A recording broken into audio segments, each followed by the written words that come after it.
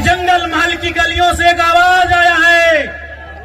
जंगल महल की गलियों से एक आवाज आया है, उठो नौजवानों, फिर से इनकलाब आया। लेकिन आपके लिए वो दुख थोड़ा ज्यादा इसलिए होता है कि जैसा भी सही,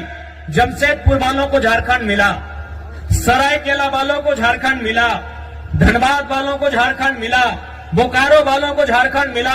हजारीबाग गिरिडीह को झारखंड मिला, रामगढ़ को झारखंड मिला, रांची को झारखंड मिला, लेकिन झारखंड बनने का हकदार और झारखंड में शामिल होने का हकदार पुरुलिया, झारग्राम, बांकुड़ा के लोग भी रखते थे। बिल्कुल इस बात का अफसोस आपकी आंखों में भी झलक रहा है और हमें भी झलकता है। जो आंदोलन कोयलांचल में था, जो आंदोलन लोहांचल में था, कोयलांचल यानी हमारा जो कोलियरी कोयला का